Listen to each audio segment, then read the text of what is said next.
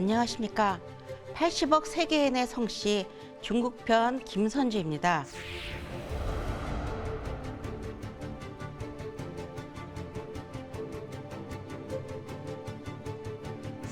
오늘은 그 세 번째 시간으로 현존 인류 최고의 성씨인 강씨에 대해 알아보는 시간을 갖도록 하겠습니다.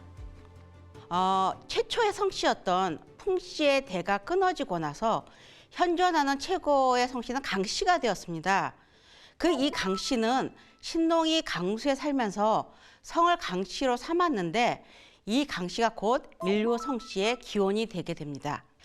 도전에도 그 내용이 나오고 있는데요. 강씨는 인류의 시원성이니 상고시대 동방배달의 신농씨로부터 시작하니라.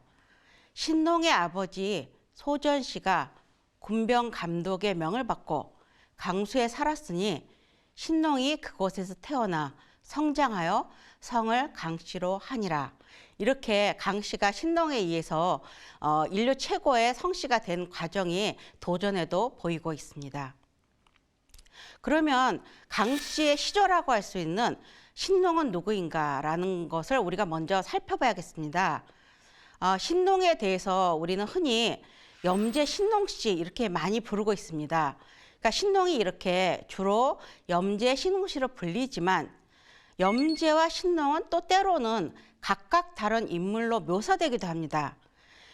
일반적인 전설에 의하면 염제와 신농은 원래 별개의 인물이었는데 후에 세본이라는 책에서 처음으로 그 둘을 한 사람이라고 말하였다고 합니다. 1993년 호남성 주주시에서 주최한 염제문화학술 토론회에서 중국 사회과학원의 연구원인 나곤이라는 분이 황하중류 강수 주변에서는 염제가, 장강유역에서는 신농씨가 각각 농경을 발전시켜 두 지역의 전설과 신화의 대상이 되어 오다가 중국 통일국가 시절인 서한, 그러니까 진 이전에는 이런 것이 전혀 나타나지 않다가 서한 때 이 두 사람이 한 사람으로 통합된 전설로 변했을 가능성을 주장하였습니다. 이런 내용은 산해경 대왕서경이라는 곳에 염제에 대한 내용이 이제 처음으로 보이고 있는데요. 그 내용을 보면 호인국이 있다. 영계라는 염제의 손자가 있어서 그가 호인을 낳았다.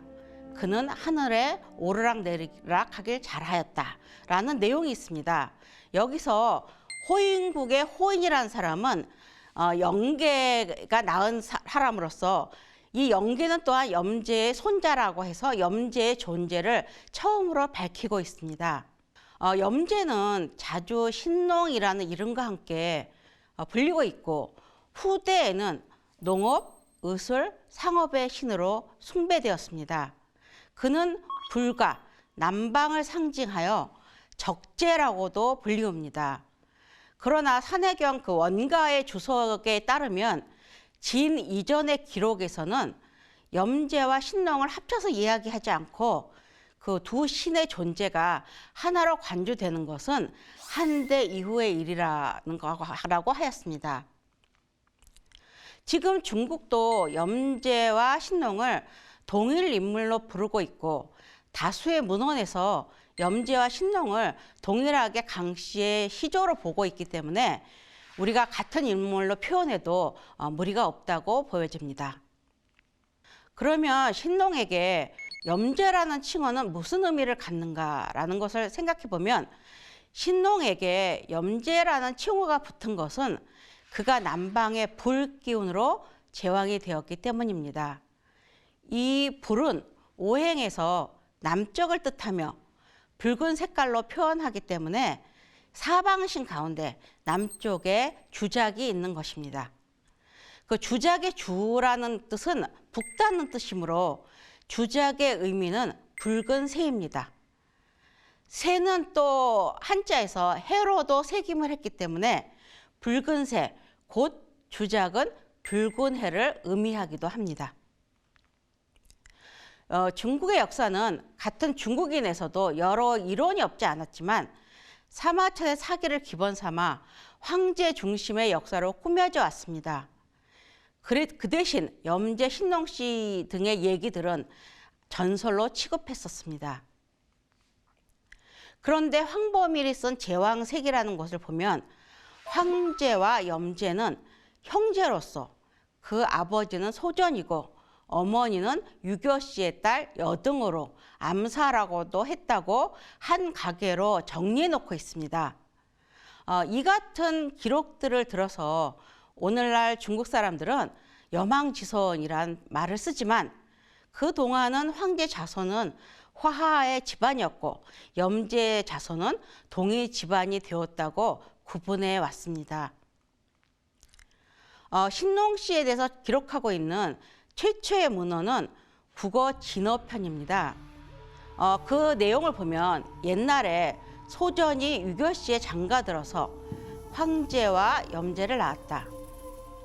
황제는 희수에서 성장하였고 염제는 강수에서 성장하였는데 이들은 모두 공을 이루었지만 덕이 달랐기 때문에 황제는 희성이 되고 염제는 강성이 되었다. 두 임금이 군대를 동원하여 서로 싸운 것은 덕이 달랐기 때문이다 라고 기록하고 있습니다. 이 기록에서 보면 염제와 황제는 모두 소전의 자식이라는 것은 로서 동조의 혈연 관계임을 말하고 있습니다.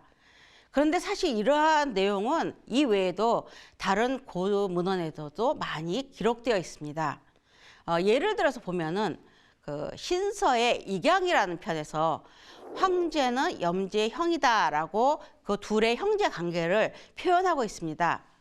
또한 신서의 제부정이라는 편에서는 염제는 황제와 부모를 같이 하는 아우이다라고 같이 표현되어 있습니다. 소전에 비해 안등이 자식을 낳았는데 이 사람이 바로 신농이다라고 해서 신농의 모친까지도 나와 있는 것이 바로 춘추 원명포라는 문헌입니다. 신농 씨의 아버지 소전은 안부련 환웅의 신하이자 유흥구의 군주였습니다. 이에 대해서는 태백일사 사망강경본기와 신시본기에 그 신농의 가계에 대한 기록이 잘 보이고 있습니다. 태백일사 사망강경본기를 보면 웅씨족에서 갈려나간 그 후손 중에 소전이 있었다. 안부련 환웅 말기에 소전이 명을 받고 광수에서 군병을 감독했다. 소전의 아들 신농은 온갖 풀을 맛보아 약을 만들었다. 후에 열산으로 이주하여 한낮에 시장을 열어 물건을 교육하게 하였는데 백성이 이를 매우 편리하게 여겼다라는 내용이 나와 있습니다. 또한 태백일사 신시본기에도 신농은 열산에서 창업을 하였는데 열산은 열수가 흘러나오는 곳이다. 그러한 신농은 소전의 아들이시고 소전은 소와 함께 모두 고시씨의 반계 자손이시다라고 나와 있습니다. 일부의 역사학자들은 여기서 말하는 소전의 아들이 우리가 지금 말하는 소위 말하는 부자 관계를 말하는 것이 아니라 그 염제와 황제의 두 씨족이 소전 씨족에서 갈라져 나왔다는 것을 의미하는 것이라고 주장하고 있습니다.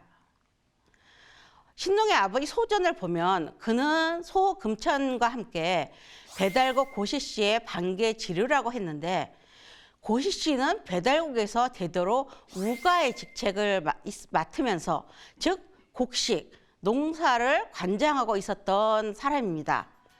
근데 여기서 우리가 주목해야 할 대목은 신농의 아버지인 소전이 이 고시씨의 먼 후손이라는 것입니다. 소전이 고시씨의 반계 주류라면 결국 염제 신농 역시 고시씨의 집안이 된다는 것입니다. 환단고기에 보면은 그 고시씨의 반계 지류이자 웅족의 갈래인 아버지 소전이라는 사람은 8세 안부련 환웅이 군병을 감독하라는 명령을 내리자 중국 삼서성 강수로 전출을 갔다라고 되어 있고 신농 씨는 그곳에서 태어나 성장하였고 후에 열산 호북성으로 이주하였다. 이 때문에 신농씨는 성을 강씨로 정하게 되었다. 따라서 신농씨의 혈통은 배달국의 그 뿌리를 두고 강수에서 태어났으므로 한국인의 직계 조상이 된다라고 볼 수 있습니다. 염제 신농씨에 대해서 좀 더 자세히 알아보면 그는 농사법과 불을 쓰는 방법을 개발하였습니다. 신농은 정착생활로 들어간 사람들이 의식주를 해결하기 위해서 가장 필요한 농사를 가르쳤던 인물입니다. 신농이 화신으로서 태양빛을 충분히 보내도록 하여 오곡이 성장할 수 있도록 했기 때문에 이때부터 인류는 의식에 대해서 더 이상 걱정할 필요가 없게 되었습니다.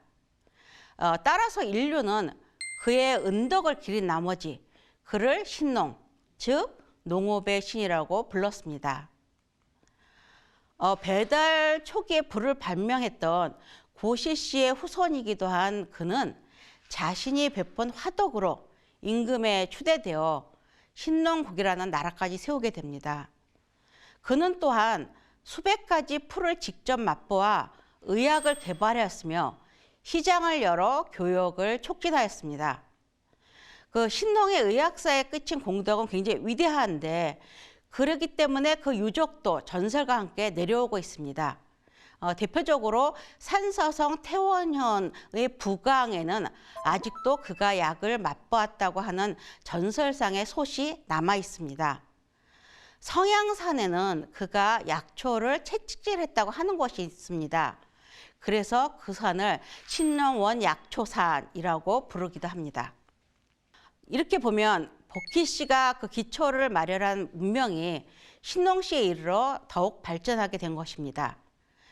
전설로 여겨온 염제 신농시 무덤이 호남성 다릉현에 있어서 1993년부터 정화 사업이 진행되었습니다.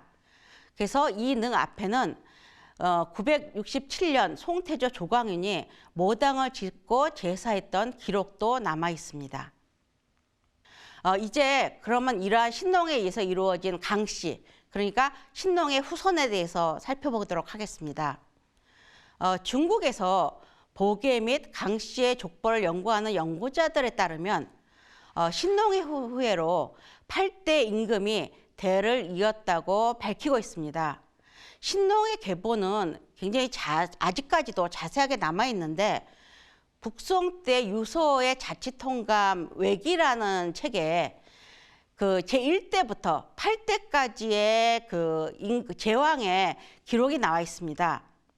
근데 그것이 남송 때 나온 정초의 통지를 보면 이러한 전승 관계가 더욱 명확하게 보이고 있습니다. 그 8대까지의 그 계보를 살펴보기로 하겠습니다.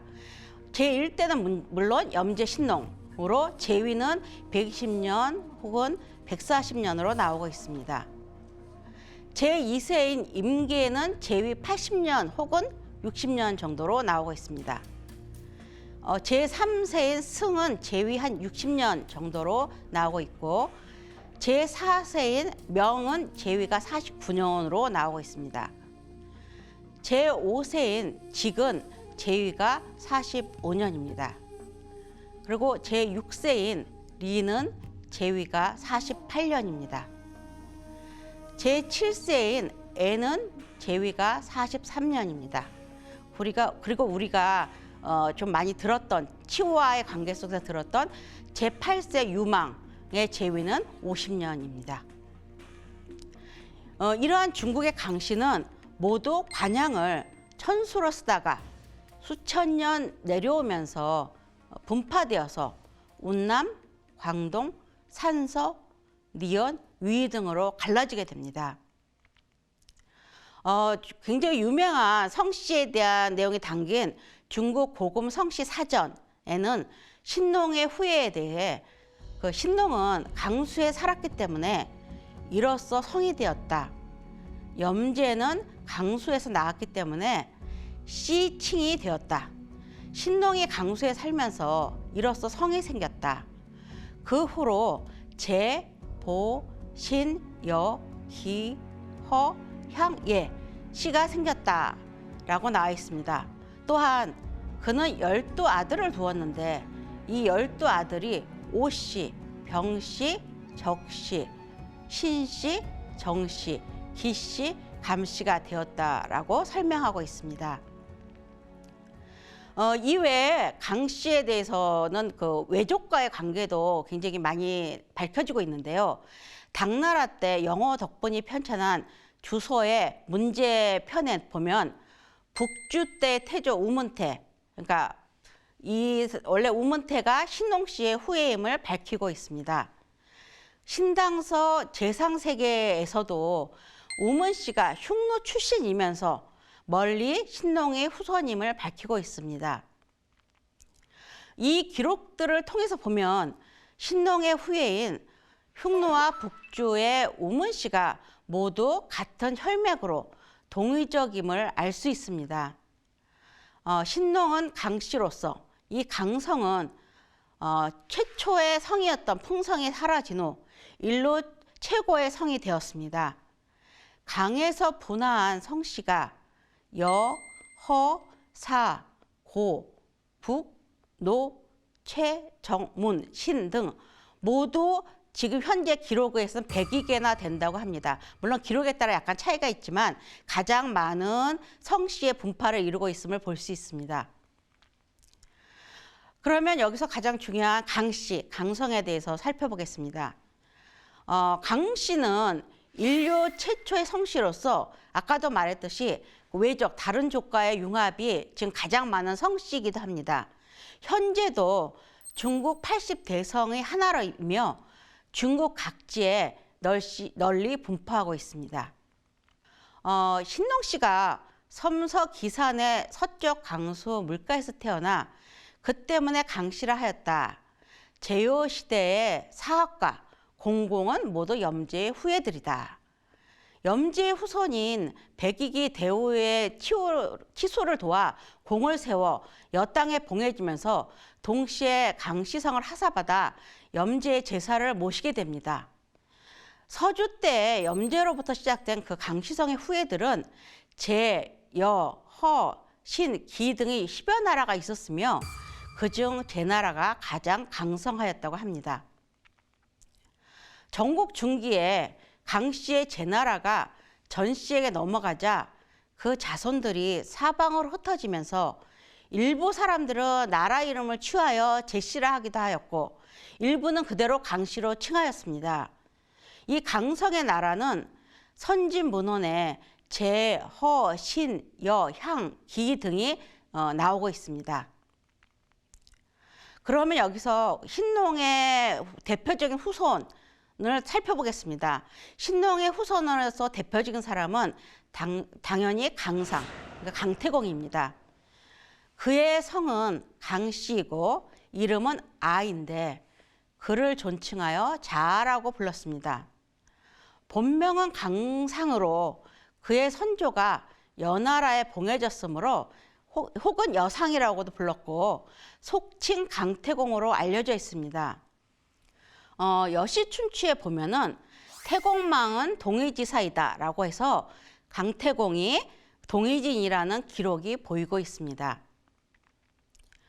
신농부터 강상까지의 계보는 굉장히 자세하게 되어 있는데 시저 염제 괴계로부터 그 다음에 제임괴, 그 다음에 제승, 제명, 제직, 제리, 제애, 제유망, 내, 공공, 구용, 신, 과북, 수, 그 다음에 백이, 선용, 현저, 왕선, 왕정, 왕희, 왕항, 왕주, 왕선, 그 다음에 왕계, 왕괴, 왕정, 지도, 조영, 두성, 제공, 이밀, 승선, 영, 영화, 우선, 형거, 해복, 조갑, 이모, 정의, 심성, 원일, 중조, 훈원, 선의, 사회, 휘전, 공윤, 예중, 그리고 마지막에 상까지 이어진 계보가 지금까지도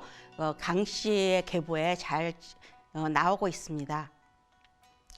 사기 제태공 세가에 이르기를 태공망 여상은 동해상의 사람이라 그 선조는 일찍이 사학이 되어 우를 보좌하여 치수하는데 공이 있어서 하우의 때에 여 혹은 신에 봉해졌으니 성은 강씨였다라고 나오고 있습니다.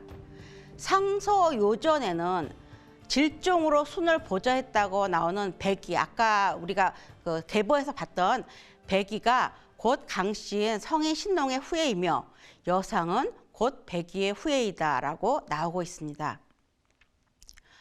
주나라 문왕의 초빙을 받아서 그의 스승이 되었고 무왕을 도와 은나라 주왕을 마지막 그 주왕을 멸망시켜서 천하를 평정하였으며 그 공으로 제나라의 봉함을 받아 그 시조가 되었던 인물입니다.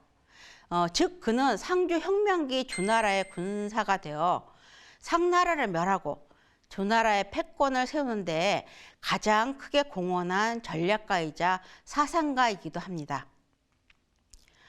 태공망은 무왕이 아버지 문왕의 뒤를 이어 제후들의 도움을 받아 모기아 전투에서 주양을 격파하고 주나라의 패권을 세우는 데 절대적인 기여를 한 후에 중국 동부 지방을 분봉받아서 제나라의 군주가 되었습니다.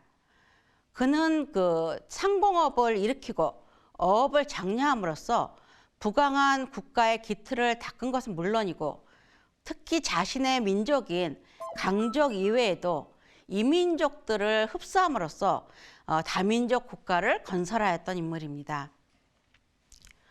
그 후 태공은 점차 영토를 넓혀서 처음 받았던 봉토 100리가 5000리가 되었고 그 후손인 황공이 뒷날 밝은 정치를 펴 제후들을 봉수하게 되기까지의 길을 트게 한 것입니다.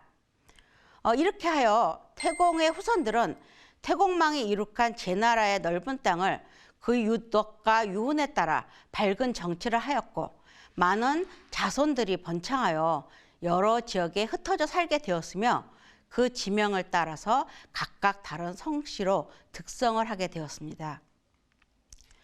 중국 삼동성 임치고 치박시에 있는 강태공 사당에는 매년 9월 12일 강태공의 후손과 강씨에서 분파된 성씨가 함께 모여서 차례를 지내고 같이 즐기는 행사를 합니다. 결국 이 제사가 축제화되어서 제나라 문화축제라고 부릅니다. 그 다음에 신농의 후손으로서 또 한 명을 들자면 치우를 들 수 있습니다.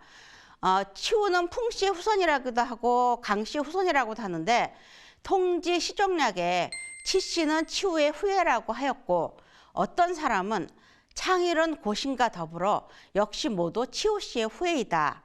대극성에 태어나 산동 회수 북쪽에 옮겨 살았다라고 하였습니다. 또한 우리가 태백일사 신시봉기에 보면은 옛날 여상 역시 치우의 후손이다.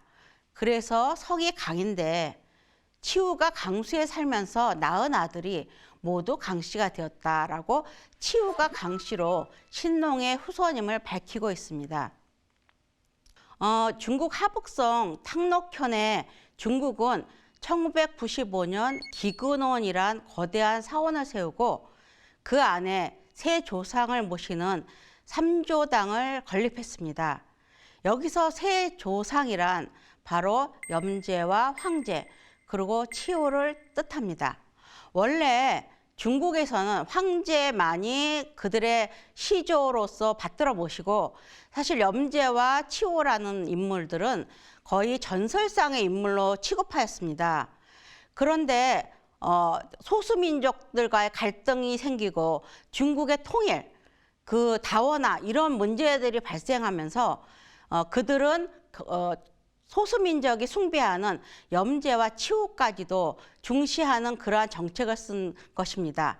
이것의 대표적인 역할이 중화 삼조당의 건립이라는 것으로 볼 수 있습니다.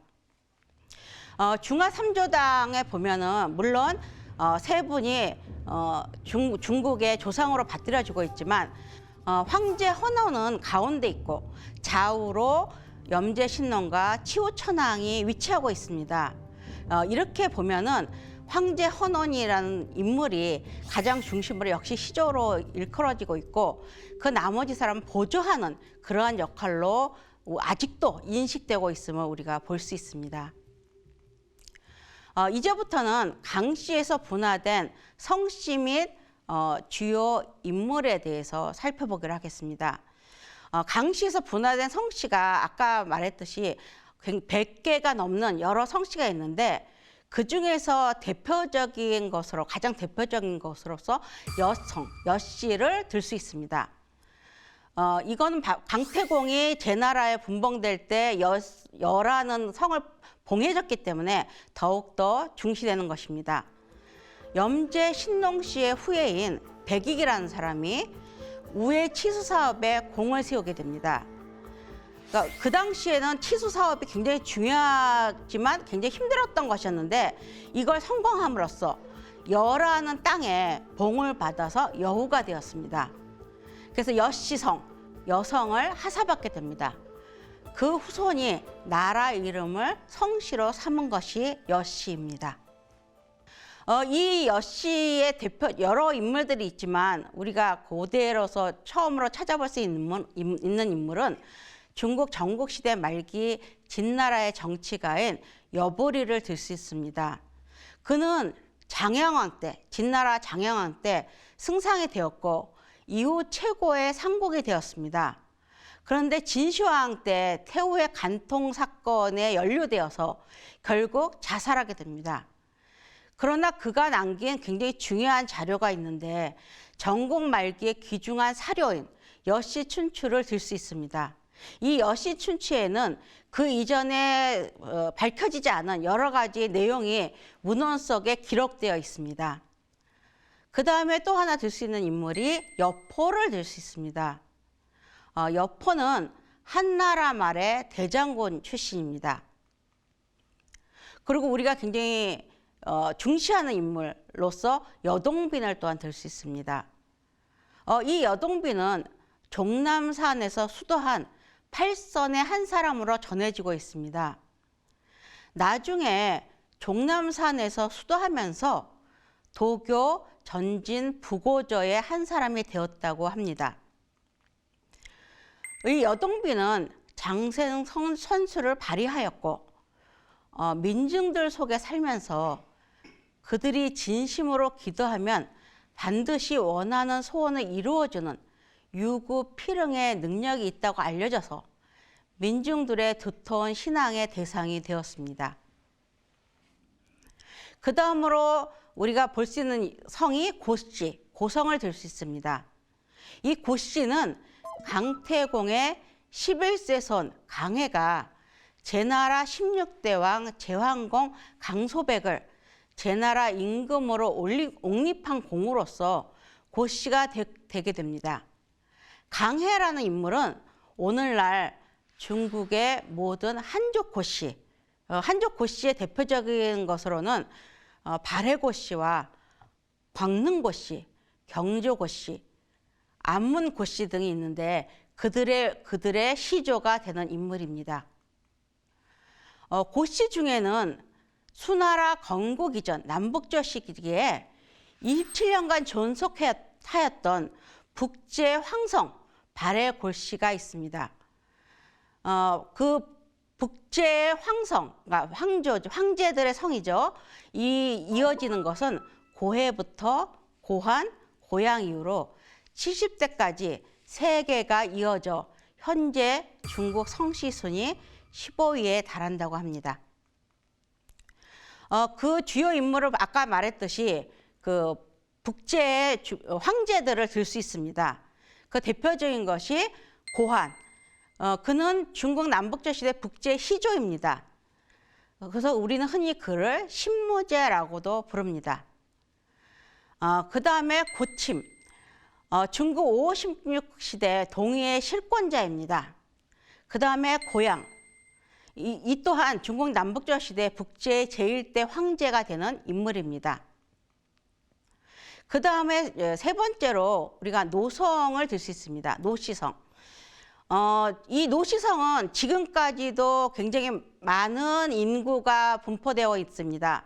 그러니까 중국 50대성의 하나로서 아직까지도 중국 50대성의 하나로 주로 위치하고 있는 곳은 인구가 광동, 광서, 해남도와 하북 각지에 널리 분포하고 있습니다. 이 강씨에서 갈라진 노씨는 강태공의 11세선 강해, 아까 말했던 중국 고씨와 노씨의 공동 시조가 되는 인물입니다. 그래서 강해의 후손이기도 합니다. 춘추 초기에 제문왕의 증손인 강해가 제나라 정경이 되어서 노업을 봉지로 받게 됩니다. 그 노업을 봉지로 받게 되자 그 자손이 읍 이름을 성씨로 삼은 것입니다. 특히 이 노씨는 우리나라에서 2명의 대통령이 탄생하게 되었는데 바로 노태우 전 대통령과 노무현 전 대통령입니다. 특히 전 대통령인 노태우와 노무현 전 대통령은 중국 산동성 강태공 사당에 직접 참배를 하기도 하였습니다. 노 씨의 주요 인물로는 진나라 때 박사였던 노라는 인물을 들 수 있고 우리가 좀 잘 아는 인물로서 한나라의 개국 공신으로 연항에 봉해졌던 노관을 들 수 있습니다.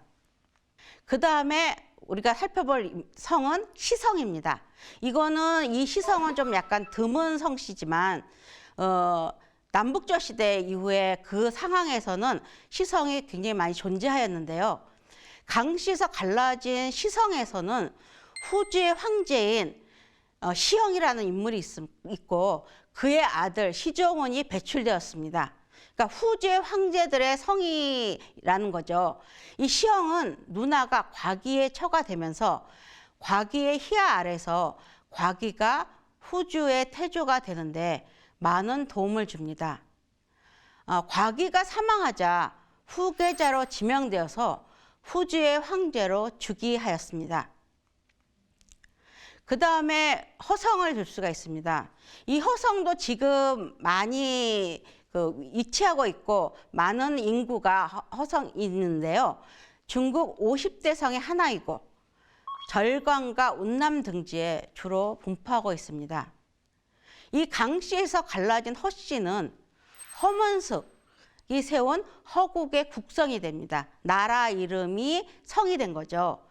주무왕이 은을 멸한 다음 염제의 후손인 강문숙이 허에 봉해지면서 허나라에 봉해지면서 허우라 불렸습니다. 이 허나라는 결국 초나라에 망하게 되는데 그 조긴이 나라 이름을 성으로 삼은 것입니다. 이 강씨에서 나온 파생되어 온 성씨 중에는 그 나라 이름, 그러니까 봉해진 봉지의 그 나라 이름을 성으로 삼은 경우가 굉장히 많이 있습니다. 그 주요 인물로서는 그 굉장히 오래된 요 임금 때 현인이라고 불렀던 허요를 들 수가 있고요. 우리가 잘 아는 설문해자를 저술하였던 허신을 들 수 있습니다. 그 다음에 이제 사성을 들 수 있습니다. 이 사성도 중국에서 굉장히 많은 인구가 있는데 지금 중국 30대 성의 하나입니다. 주로 강서, 호남 등지에 분포하고 있습니다.